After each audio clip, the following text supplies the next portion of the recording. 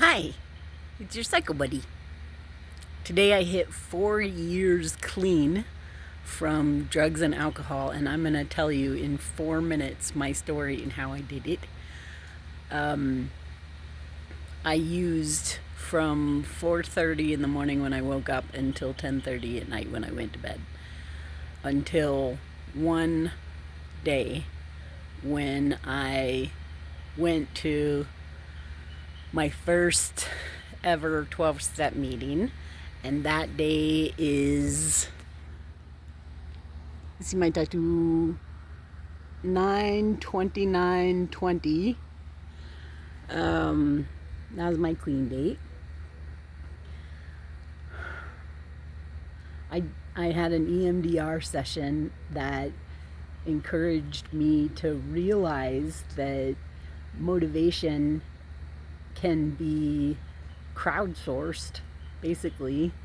And the next morning I was doing the Artist's Way book, which is a thing where you write 3 pages every morning, and I got really tired of hearing myself saying I'm sick of being an addict, but I was afraid to try to quit because I didn't want to prove to myself that I couldn't do it. But then that morning I found myself writing, I want to stop using and I can.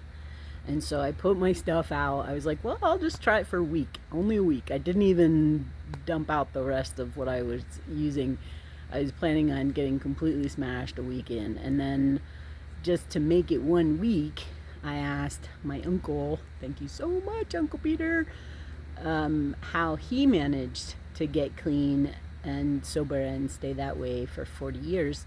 And he said, well, just Google this 12-step thing. And I was like, that doesn't sound like it's right for me. And he said, just try it. And so he said, you can keep your Zoom off, and you don't have to register, and it's free. Just Google it and see if you can find a Zoom one to go to. So I did. And I listened for my voice and the voices of other people. There's a toxic uniqueness where I often feel like I am the only person who can understand the situation I'm in, or like my using is different from everybody else's using and I don't fit in here. Addiction is addiction. And so I loved what I was hearing. I loved the community of people. They say that the opposite of addiction is not sobriety, it's connection. So for me, addiction is an act of compulsive self-comforting. And I realized when I was doing step 1 that I was an addict when I was 12 and I couldn't stop sucking my thumb, no matter how hard I tried. And I couldn't be mad at a 12-year-old for that. I mean, it's the product of partially my genetics, but largely all the trauma that I went through, that I needed that self-comforting. And I could see how that addiction played out in my life over and over.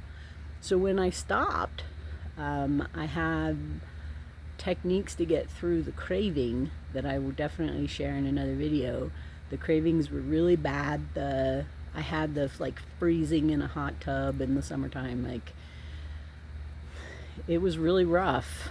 But I loved the people that I was talking to, and I texted a lot. That's what my primary thing was for. And it's 4 minutes. I kept coming back. That's how I did it. And my life now is so different from how it was 4 years and 2 days ago. It's amazing. My whole life has opened up. I am traveling and working and a much better mom and a much better wife and so much happier. Thanks for joining me. Good luck on your journey.